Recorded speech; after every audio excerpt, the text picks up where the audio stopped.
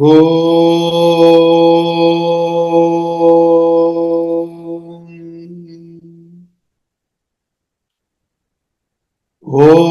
Sahana Vavatu Sahanau Bhunaktu Sahaviryam Karavavahai Tejasvinavaditamastu Mavid Vishavahai. Om Shanti Shanti Shanti.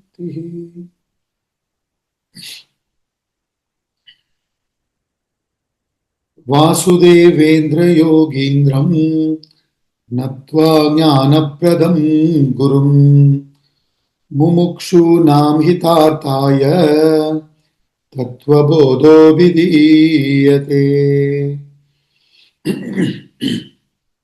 We have so far completed the topics, the seeker's qualifications, the spiritual seeker's qualifications, and then the individual vichara, atma vichara, jiva vichara.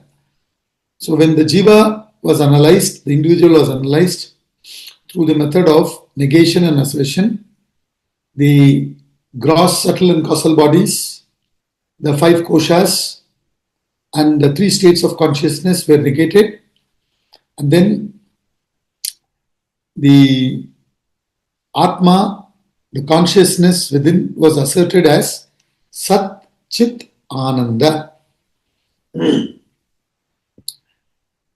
The consciousness is beyond the waking, dream and deep sleep. In waking state, the consciousness is functioning. You are aware of all the experiences in the waking state. Then same thing is happening in the dream state. You are aware of all the experience in the dream state. Then you come to deep sleep.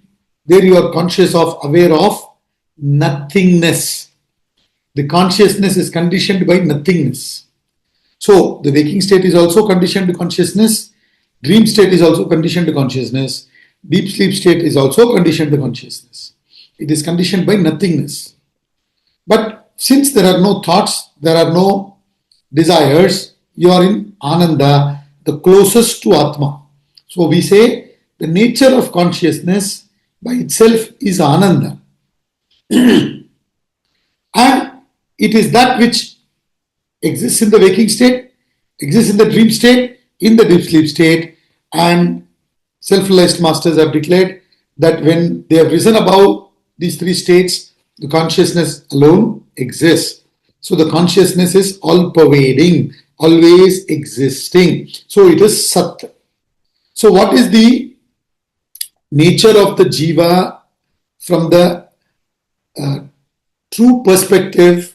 It is Sat Chit Ananda. This we studied. Now, the consciousness within me, the consciousness within each one of us, could there be difference? Swami Ramakrishna beautifully explains. He says, the differences are brought about only through qualities. Now, if there is a pencil, another pencil, few different pencils are there, based on the qualities, you say this pencil is different from that. That is different from that. Now, when you go to consciousness, it has no qualities. It is nirguna. So how can there be differences? Only when it grossifies and becomes a substance, or through the substance it manifests, then the substance has the qualities. Then based on that you can say this is different, that is different. Therefore, Vedanta says in consciousness there are no gunas, there are no differences. Consciousness is one. So the consciousness within you, the consciousness within me, the consciousness within every being is one and the same. Therefore, the consciousness alone exists from the ultimate point of view. But we are seeing the world. We already discussed, we said, the world that you are experiencing now, which is the waking world, you cannot reject it as unreal. How can you reject it as unreal? You are experiencing it. Yet at the same time, The definition of reality is that which exists at all periods of time. So then this world doesn't fit into the definition. So I am not able to call it real either. Neither can I call it real, nor can I call it unreal. Then can I call it partly real, partly unreal? Reality and unreality cannot coexist. So it is not partly real, partly unreal. Then what is it? That is the inquiry. And we always say it is mithya. It is having relative reality. How do we say that? That it is dependent on the absolute reality, absolute existence. It is a projection upon that absolute existence. So this is a, you can say, concept or theory propounded by Advaita Vedanta for the creation of the universe. It is based on certain logic and reason. And after all this, Vedanta says, listen, this is not a proof. You cannot take it as an absolute gospel. Swallow it. No. You see the logic reason that they give to support this theory. Now finally, you have so many corroboratory evidences that is discussed with reference to the existence of consciousness. So then finally you start doing things with awareness through the body, through the mind, through the intellect, called as karma, bhakti, jnana, yoga. Then what happens? The already collected conditionings, in Sanskrit we call as vasanas, reduce, and new vasanas, new conditionings are not added. Then what happens? Slowly, slowly, as the conditionings go, you become more introverted. Then through the process of meditation, you drop all the conditionings. Then what remains is consciousness that you see for yourself. So Vedanta very clearly says, all this we explain, but with a certain logic, reason and all that. It is ultimately impossible to describe the consciousness, the cause of the universe. They are the ones who are at the highest level. From the highest level, for them the world doesn't exist. So the difficulty that they are going through is to talk about the world that doesn't exist, its cause and all that is the difficulty they are going through. So they explain all this and then they say, you do the sadhana, you realize, then you accept. This is the whole thing. So now you come to the discussion of the emergence of universe and the concept of Maya that is introduced in the Advaita philosophy, Advaita Vedanta. So what he's saying here, so far we have seen, last class there were a lot of questions Arunji was asking, it's actually good. So I was saying, when you analyze the world is made up of time, space, causation. Time is eternal, space is all-pervading, causation is endless. So what is world? Eternal, all-pervading, endless. So now, to this world which is eternal, all-pervading, endless, or seems to be eternal, all-pervading, endless, we are now trying to find the cause. So we say, when did the world begin? From where did it begin? Why did it begin? So Vedanta says, Swami Ramtita beautifully explains this, when, where and why are all what? Nothing but time, space, causation. If I say 8 o'clock the world began, how stupid it is. So you are putting time before time. You are putting space before space. When you say from here the space began, and here is the concept of space. So then you are putting space before space. Similarly, you are putting causation before causation. This is why from this it came. Who created that then? God created the world. And who created God? Where was he? At what time he created? We get into this problem. So we start arguing in circles. So Vedanta says there is a logical fallacy. You cannot ask this question. And then Vedanta also says we have no answer to this question. But we will give you one theory. What is that? You observe the world. It is eternal, all-pervading, endless, fine. But it is constantly changing. Everything is constantly changing. Right? Now, you're conscious of all this that is changing, and that consciousness is changeless. So, there is a changeless substratum which is witnessing the changes, the changing world. And the changing world is eternal, all-pervading, endless, infinite. The substratum consciousness is infinite. It is also existing always. It is also all-pervading. It is also endless. So we have now the consciousness which is eternal, all-pervading, endless. We have the world which is eternal, all-pervading, endless. Correct or not? The substratum, changeless consciousness, eternal, all-pervading, endless. Let me not use the word superimposition now. The world, eternal, all-pervading, endless, but changing. So, what Vedanta says, Advaita Vedanta says, is there cannot be two infinites. There can be infinites in infinites. There can be infinites in infinite. Finally, that one is one infinite only. Okay. Finally, that one is one infinite only. So, that one infinite is that consciousness, that substratum. Okay.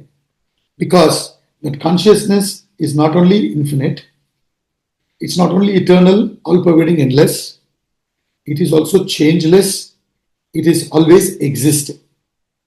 When you come to this world, it is going on changing. It's not existing as the say. Right? Now, this world, time-space causation is not existing in deep sleep. In deep sleep, does it exist? Are you aware of the concept of time, space? Nothing. So this world is not existing in the deep sleep. Though now, from your analysis in the waking state, it seems eternal, all-pervading, endless. In deep sleep, there is no world. It doesn't exist. So, in these two infinites, we said there cannot be two infinites, only one infinite can be there. Meaning, there may be so many infinites in one infinite. For example, whole number 1 plus 2 plus 3 plus 4 plus 5 this side, and minus 1 minus 2 minus 3 this side, in between 0 is a whole number stretching infinite. From that, if you take the odd numbers, even numbers, 1 plus 3 plus 5, that is also infinite. Minus 1 minus 3, infinite. 2 plus 4 plus 6 plus 8, infinite. Minus 2 minus 4 minus 6, infinite. So, like this, in one whole number infinite, there may be within that so many infinites. But finally, everything comes under one infinite. Okay. That one infinite is that consciousness, because between these two, consciousness is always existing. World is not always existing. So then, this world that is not always existing should have emerged from that consciousness. Okay. How? Now the consciousness, which is always existing, all-pervading, endless, eternal, changeless, infinite, limitless, should be complete, paripurna, not lacking anything. Only the finite, in finite there is something lacking. In infinite everything is there. So therefore there is nothing lacking. That means what? That consciousness is not lacking anything. It is paripurna. If that is paripurna, complete, then why would it have any desire to create the world? Now, as soon as the morning when I wake up before sitting down for studying, I have a habit of making my own coffee, drinking and studying. And that keeps me full till this class. Usually I have around 8:30 my breakfast. This class is till 9. So after 9 I'll start feeling hungry. Then I would go, there will be food that will be ready for me, or if nobody is there, I'll make and eat. So there is this hunger, then I go and make food and then eat. Similarly, if there is a void or a lacuna or a lack, then only I need to do something and create. In consciousness, there is no lack, there is no lacuna, there is nothing. Why would consciousness create anything? In the mundane world, the word given for that consciousness is God. Okay. So now this consciousness is paripurna, infinite, complete, whole, W-H-O-L-E. It has no lack. Then why would it create? There is no motive for the consciousness to create. We have a lacuna, we have a motive to create something to feel complete. So therefore, to say that the consciousness or God is the creator for the world is absurd. And yet, we talked about two infinites. One always existing, the other not always existing. So we say that which is not always existing comes from this how. How it could have come. So, the self-realized masters who are in that infinite state, paripurnatvam, they are not seeing the world. For them, there is no world existing. Yet they, out of compassion, come down to our level and understand that we are seeing the world. So they are not saying anything. You understand? They are not saying anything that the world doesn't exist and all. They are accepting. Coming down to our level. They are accepting. Yes, correct. World is there. If they say world doesn't exist, you will go into total confusion. What are you talking? We are experiencing, we are saying it doesn't exist. What is this? So therefore, he says, no. The world exists. But how? Then they say, like the snake is projected upon the rope, the world is projected upon Brahman. You understand? Like the snake is projected upon the rope, the world is projected upon Brahman. How is this happening? They say there is only rope on the ground. The father and his small child, you can say 5-year-old boy, let's say, both are walking around 6:15, 6:30 in the evening. Hardly any light is there. Road lights, street lights have also not been switched on, let's say. They're walking, and at a distance of about 40 feet, 30 feet, there's an object. For the sun, it appears like snake. So snake. And he is affected, agitated. Are Baba. He is affected. The father is saying, where is the snake? Where is the snake? And he says, Acha, this one. And he closely observes it. It is a rope. Now he understands, immediately understands. It is only a rope. But my son is seeing snake there. So he says, okay, don't worry. I will deal with it. I'll deal with it. And slowly, when he takes him close and then shows him, this is a rope.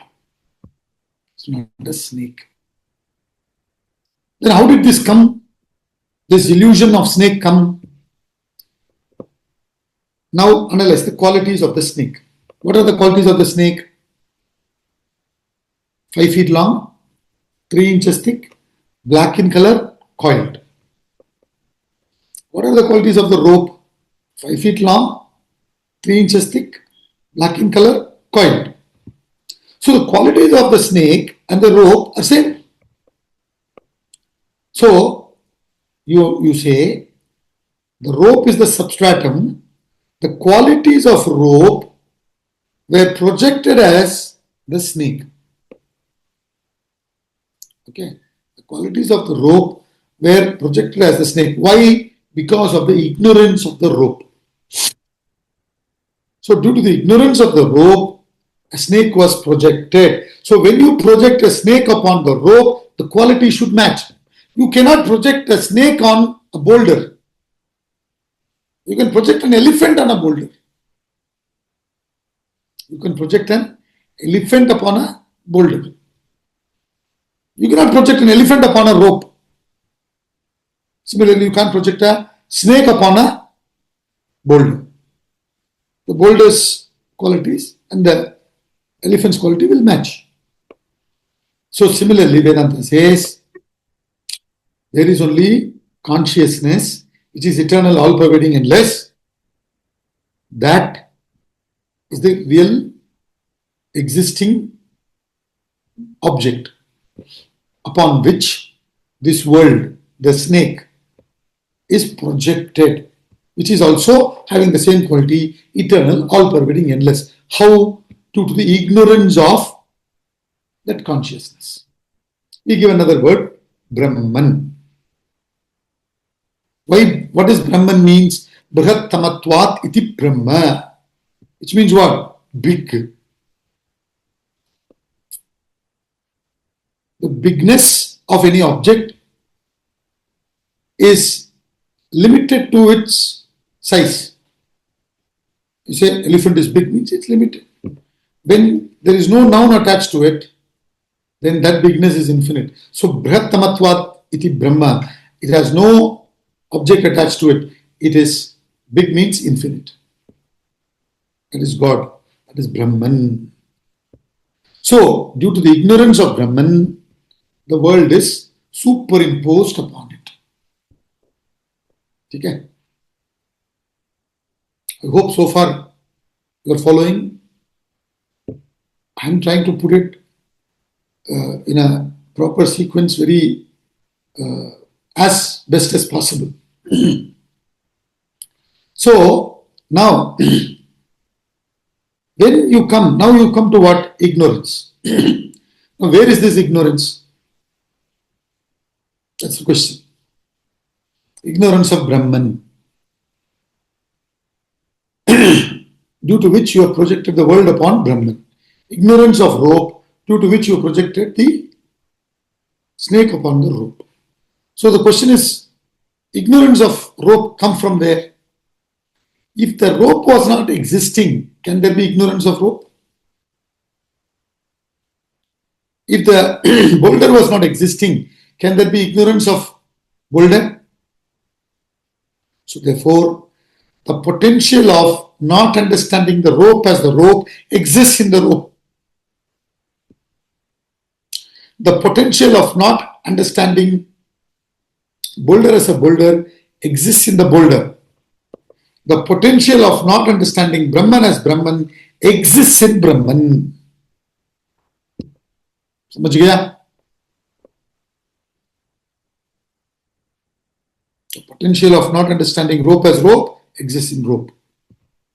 The potential of not understanding boulder as boulder exists in boulder. The potential of not understanding Brahman as Brahman exists in Brahman. Okay. So that potential, called as ignorance, exists in Brahman, is what is given the name Maya. Is what is given the name Maya. Okay. So what they are now saying is Brahman, Maya, from that Maya the world has come. Now once this much you understand, then they'll talk about the chronology of what came first, then from that how it came, how the whole thing evolved. This is the discussion. This is going to be the discussion from now on. But the thing is, he is not getting into all these details here. So, also for a student who is just beginning, he wants to give the concepts. That is his idea here. It's not that the Guru doesn't know. It is this Guru who taught to his disciples and they taught to their disciples, and that's how we have also learned and we are also talking. So the Guru knows everything. But Guru doesn't want to get into these kind of details. Now in our class, also we could have straight away gone, from this, like this. But then there will be a lot of questions and all that. So we thought we'll explain like this. And also students are there who've been attending so many other subjects. So they have covered this topic in various ways. So we thought we'll put everything in logical sequence before getting into this topic. This is the idea. Is this clear? So this world, which seems to be eternal, all-pervading, endless, infinite, doesn't exist in deep sleep. So that infinite is not something that you can call as real. Then come to this infinite consciousness. It is always existing. You call that as real. So the real say unreal aayega. Unreal say real nahi aayega. So how it should have come when that real, which is paripurna, will definitely have no motive to create anything. How did this create? So because if you say, if you put a motive to consciousness that it created, then you're limiting the consciousness. You bring it down from the infinite status to finite status. Therefore, there could have been no motive. And yet, without the consciousness, the world could have not come about. So then, they explain this. They say, consciousness, the substratum, Brahman, God alone exists. And as it exists, the potential of not understanding it as consciousness, as Brahman, exists in it. And that potential is called ignorance or Maya. And from that, this world has come about.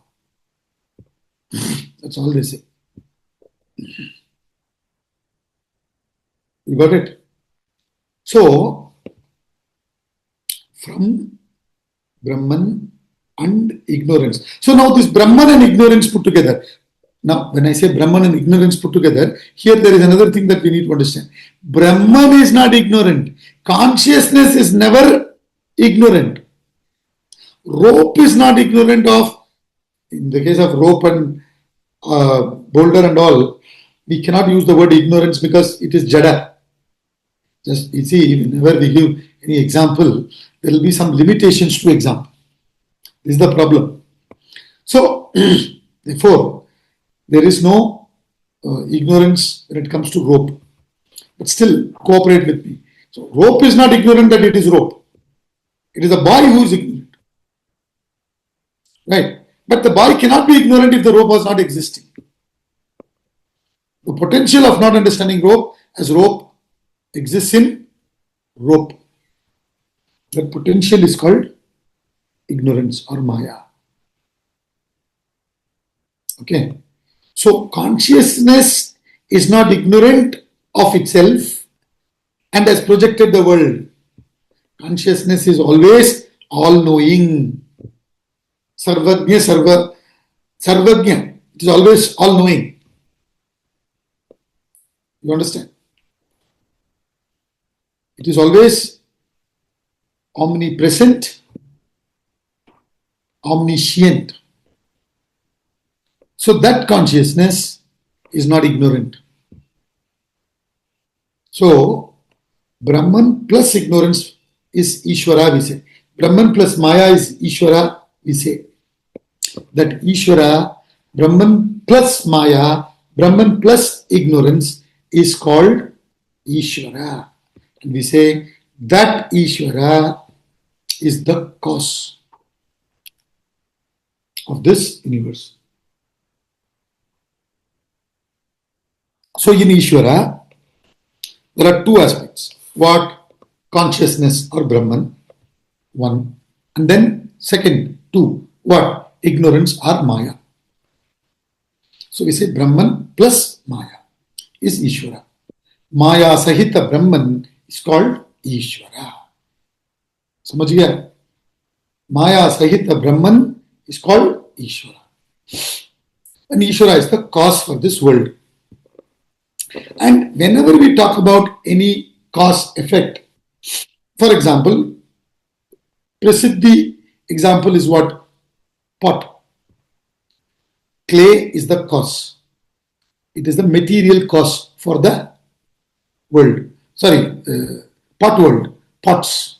For the pots, the material cause is clay. But it has another cause. What? Intelligent cause. Who is that? Pot maker, potter. Potter, pot maker is the intelligent cause. So the intelligent cause is pot maker, the material cause is clay, both put together has created pots. Okay. What are the pots? Different forms of clay which has been given different names. Different forms of clay which has been given different names. So what is pots? What are pots? Names and form. Name and form. Which is this world. So Vedanta says all these are something that is evolved from the clay, the material cause, upadana karanam, that is Maya. Okay. Upadana karanam, that is Maya. Like the clay.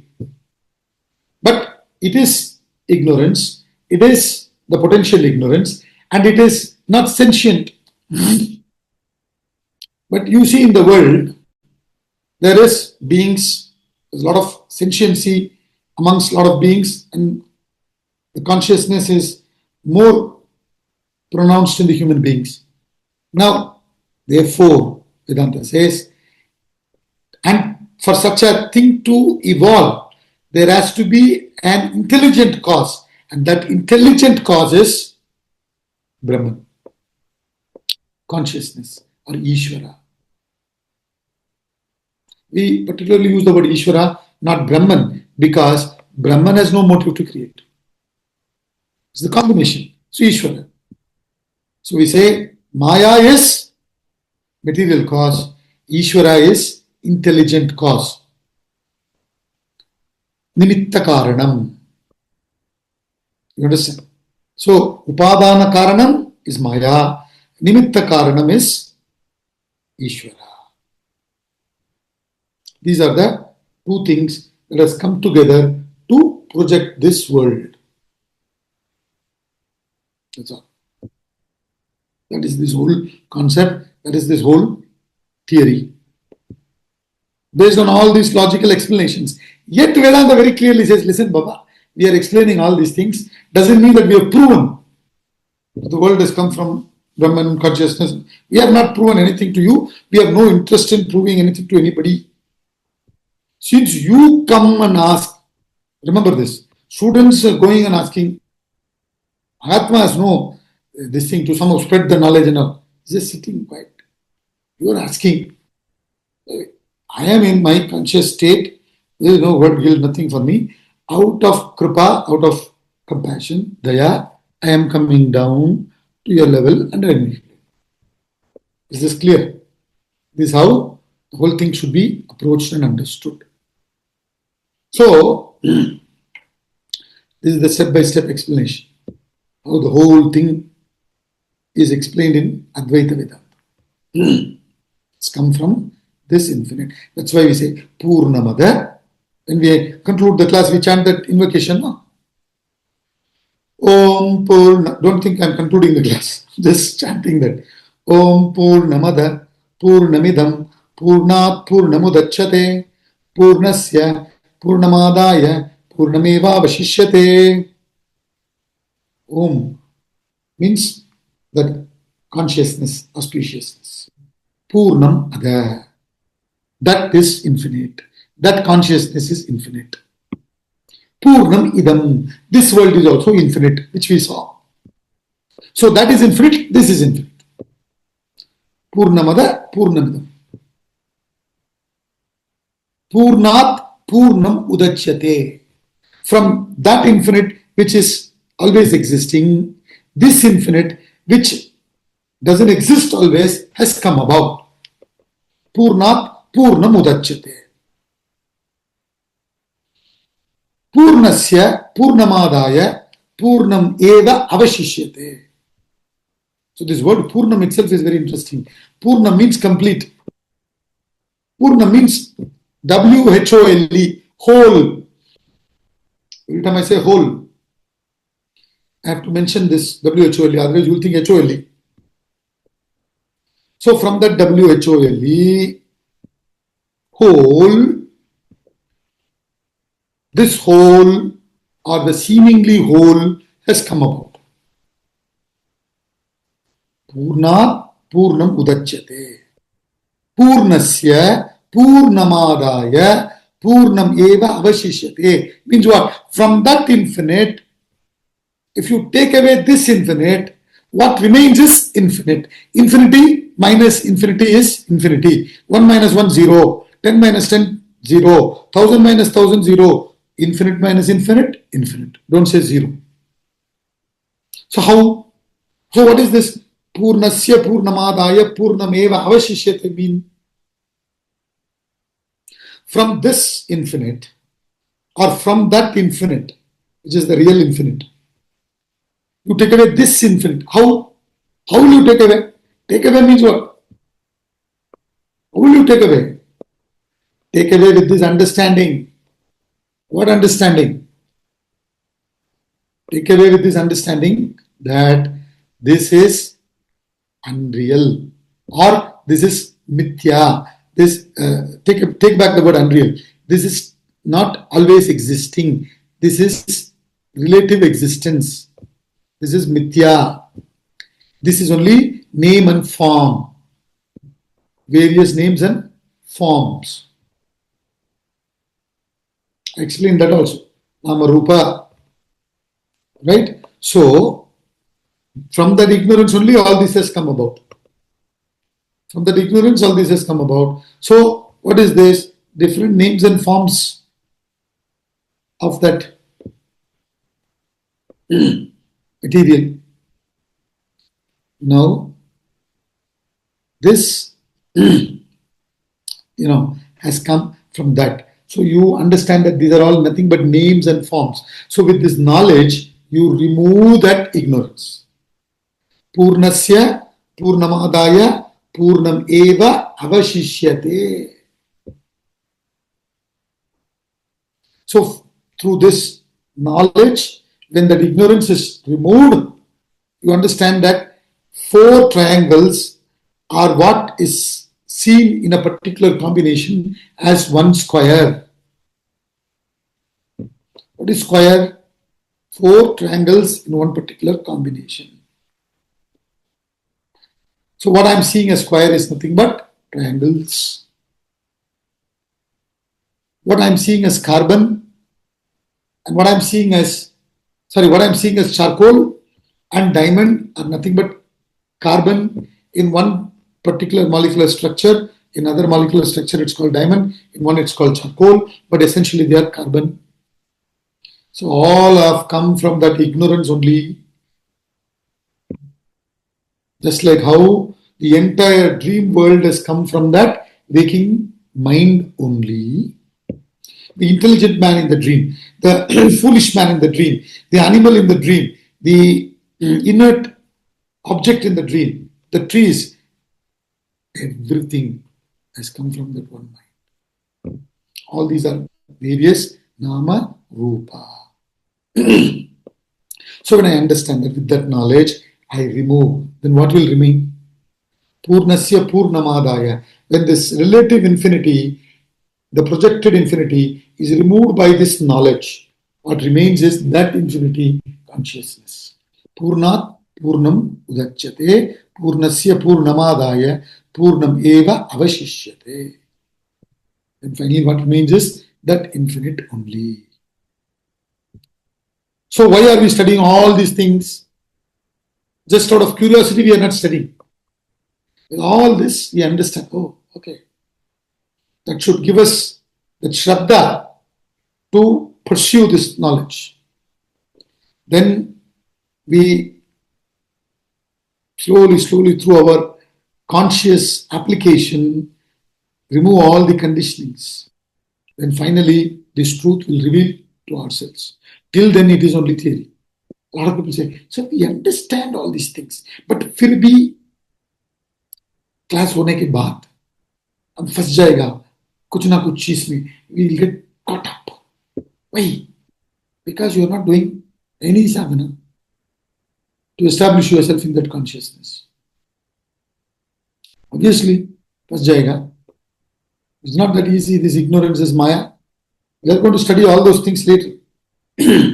But this I'm explaining for us to continue, because then only you'll know. So Maya is the material cause. Ishvara is the intelligent cause. In Sanskrit we call as Upadana Karanam and Nimitta Karanam. All this you understand. Now you come to the text. Now if you come to the text, the next thing he says, let me...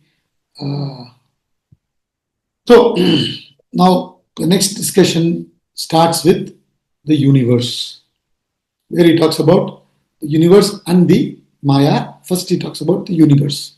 So what is this universe? He says, Ata Chaturvimshati Tattvopatti Prakaram Vakshyamaha. Means what? Now we shall explain the evolution of the 24 factors. Now you understand what is this 24 factors? Don't get confused. This 24 factors is very simple. We already studied 19 factors. Can anybody tell me what are those 19 factors we studied?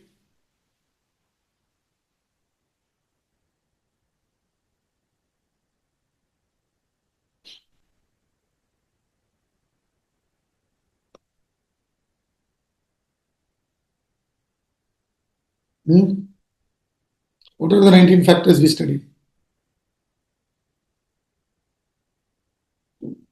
The Sukshma Shariram. What are the 19 factors that we studied in Sukshma Shariram?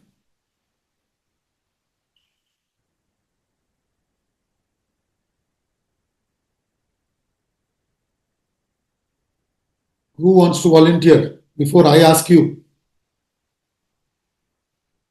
Don't disconnect. What are the 19 aspects of Sukshma Sharira? Subtle body. Sukshma Sharira means subtle body.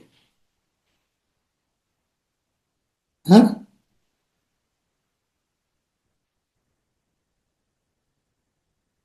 Nobody is answering.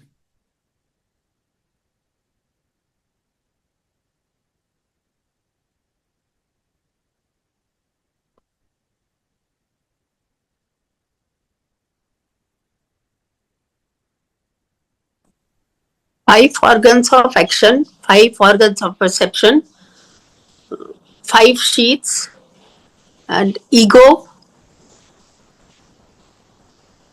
Five organs of perception, correct. Five organs of action, correct. But not five sheaths. Five sheaths में क्या आता है? अन्नमय कोश भी आता है ना? अन्नमय कोश सटल बॉडी और ग्रॉस बॉडी. वनिता जी, अन्नमय कोश सटल बॉडी और gross body? Subtle body.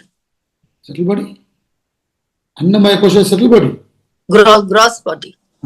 Food sheath. This physical body is what is called as Annamaya kosha. So how can it be subtle body? It is gross body. So Pancha kosha is not subtle body. That is a different explanation. Five organs of perception, correct. Jnanendriyas. Five organs of action, Karmendriyas, correct. Then there is another five. What are they?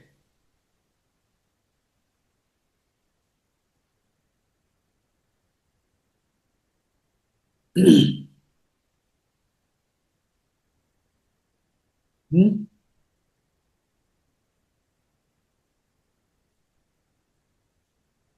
Pancha pranas. Okay. And then he said, Mano, Buddhi, Ahankara, Chitta. Mind, intellect, memory, condition consciousness or memory, and then ego. These are the 19 aspects. Now, all these are subtle body, subtle sukshma prapancha. Sukshma. Now, the world that we are experiencing is what? Stula. Okay. Anything before coming into gross form first comes in subtle.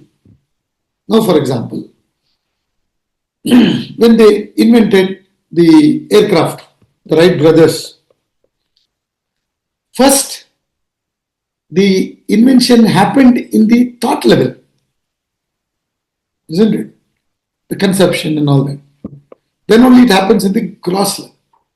So similarly, when we say the universe evolved from ignorance, Maya, it won't straight away evolve into gross. First subtle, then gross. So what is the subtle? The 5 organs of perception, 5 organs of action, 5 pranas, then 4 mano, buddhi, ahankara, chitta. Along with that, for the world to come about, there must be what? 5 elements. Along with that, there must be 5 elements. You understand? 5 elements. Now, these 5 elements also initially must have been in subtle form, not gross form. So, therefore, the 5 elements in subtle form, 5 organs of perception, 5 organs of action, 5 pranas, mano, buddhi, ahankara, chit, all these put together is 24. So, from this subtle, the gross prapancha comes. So, therefore, he is talking about this 24. You understand? So, 24 aspects that has evolved. He says, therefore, he says, Atha means from now, next, we will study this. So far, we have studied the qualifications. So far, we have studied the Jiva ka vichara ho gaya. Abhi, let's go into universe vichara, Jagat vichara, Srishti vichara, Ishvara vichara. You can put it whichever way you want. So, Atha, Chaturvimshati Utpatti Prakaram Vakshyamaha. This Chaturvimshati Tattva Utpatti Prakaram Vakshyamaha. We will now discuss that. This 24. So 24, don't get excited. Don't get, already we studied 19. 19 plus 5 more. What? 5 elements. Sthula Prapancham. Then from this, Sukshma Prapancham. From this Sukshma comes Sthula, the gross. How it came, which is what? So much I explained about Maya. So now he next talks about Maya. You understand? This has come from Maya. Don't say it's come from Brahman, because Brahman has no interest in creating anything. It has no interest in not creating also. Consciousness has no interest in creating. Consciousness has no interest in not creating. Because to create also there should be motive. Not to create also is a motive. I will not take class today and I will sit down. I have a motive. I will take class today. Motive. Consciousness has no motive to create or not create. Simply exists. Okay. Then the potential called the ignorance that exists in it as a potential is the material from which this world has evolved. This 24 tattvas has evolved. From the 24, the whole world comes about. Okay. Then, without knowing all these things, we all get caught. Samsara. So, therefore, now the discussion is about that Maya. Already the discussion, he just said universe means this 24. Then, now he comes to Maya. What is Maya? Brahmashraya. Sattva rajas tamo gunatmika Maya asti. Brahmashraya sattva rajas tamo guna sattva rajo tamo gunatmika Maya asti. Means what? Depending on Brahman. Maya is what? Brahma ashraya. Ashraya means dependent on Brahman. Ignorance of Brahman dependent on the existence of Brahman. Ignorance of rope dependent on the existence of rope. Ignorance of boulder depends on the existence of boulder. Boulder exists without being non-apprehended and misunderstood.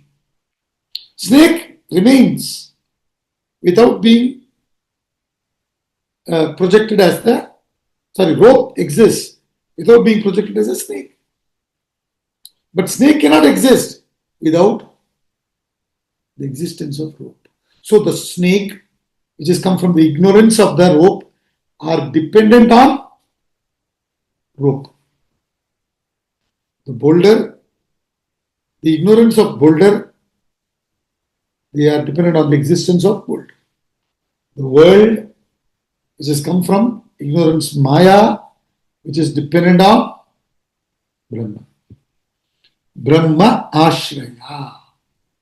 So Maya depends on Brahman. Brahman is not dependent on Maya. Now, since we are talking about Maya Sahita Brahman, we stop using the word Brahman, we will use the word Ishvara. Because from Brahman point of view, no ignorance, no world. Therefore, we use the word Ishvara. So, Maya depends on Ishvara. Ishvara is not dependent on Maya. Maya is subservient to Ishvara. Ishvara is not subservient to Maya. This is what he explains in the Bhagavad-gita. He says, animating my own Prakriti, I create this world.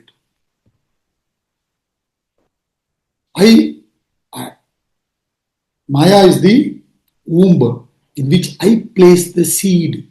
Like that and all, there are shlokas in the Gita. Maya is the womb in which I place the seed. Means what? Maya is the material cause, I am the intelligent cause. I am just projected through this ignorance into various names and forms. That's it. So depending on Brahman, Maya's first thing is, it is Brahmashraya. It is not having any independent existence. It has only dependent existence. It depends on Brahman, Ishvara, which has independent existence. So depending on Brahman, Maya exists. It has a dependent existence. Then he says another explanation for Maya. It is of the qualities of three gunas, three qualities called Sattva, Rajas, Tamas.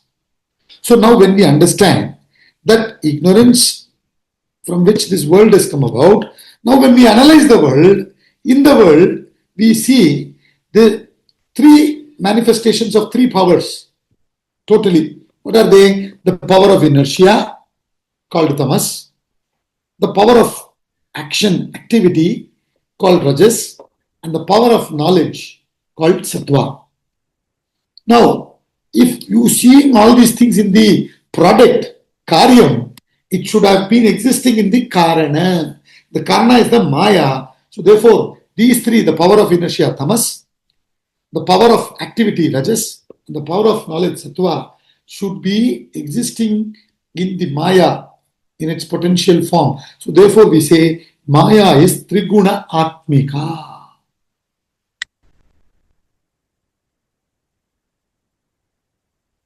Maya is Trigunatmika. Maya exists, which is of the three qualities of Sattva, Rajas, and Tamas. Right? So you see these forces in the world. For the world to be functioning, there has to be power of inertia, power of activity, power of knowledge, balance. We say an object remains in its stagnant condition unless and until an external force acts upon it. Newton's first law.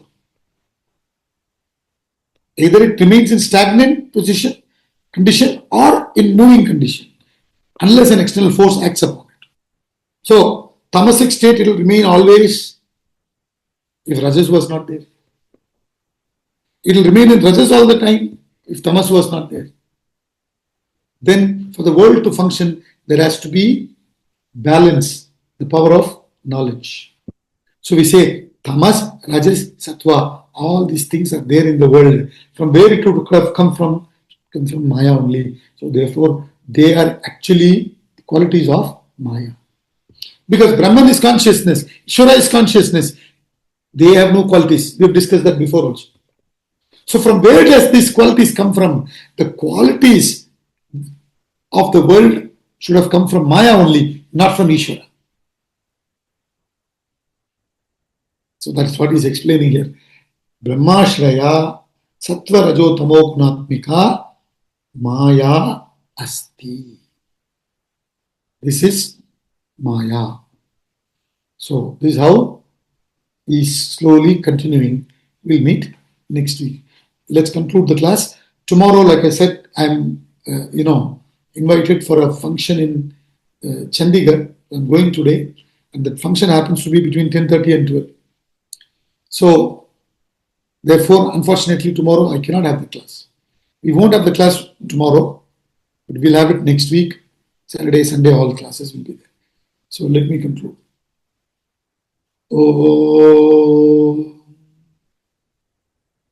Om Purnamada Purnamidam Purnat Purnamudachyate Purnasya Purnamadaya Purnameva Vashishyate Om Shanti Shanti Shanti.